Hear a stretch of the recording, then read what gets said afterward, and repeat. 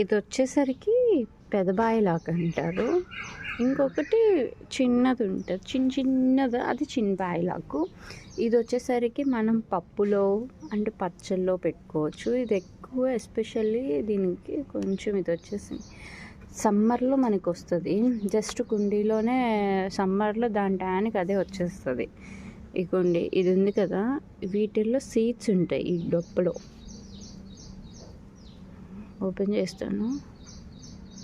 ఇవి ఇంకా టైం పడుతుంది. ఇది పువ్వు ఎల్లో కలర్ ఫ్లవర్స్ వస్తాయి ఇందులోంచి.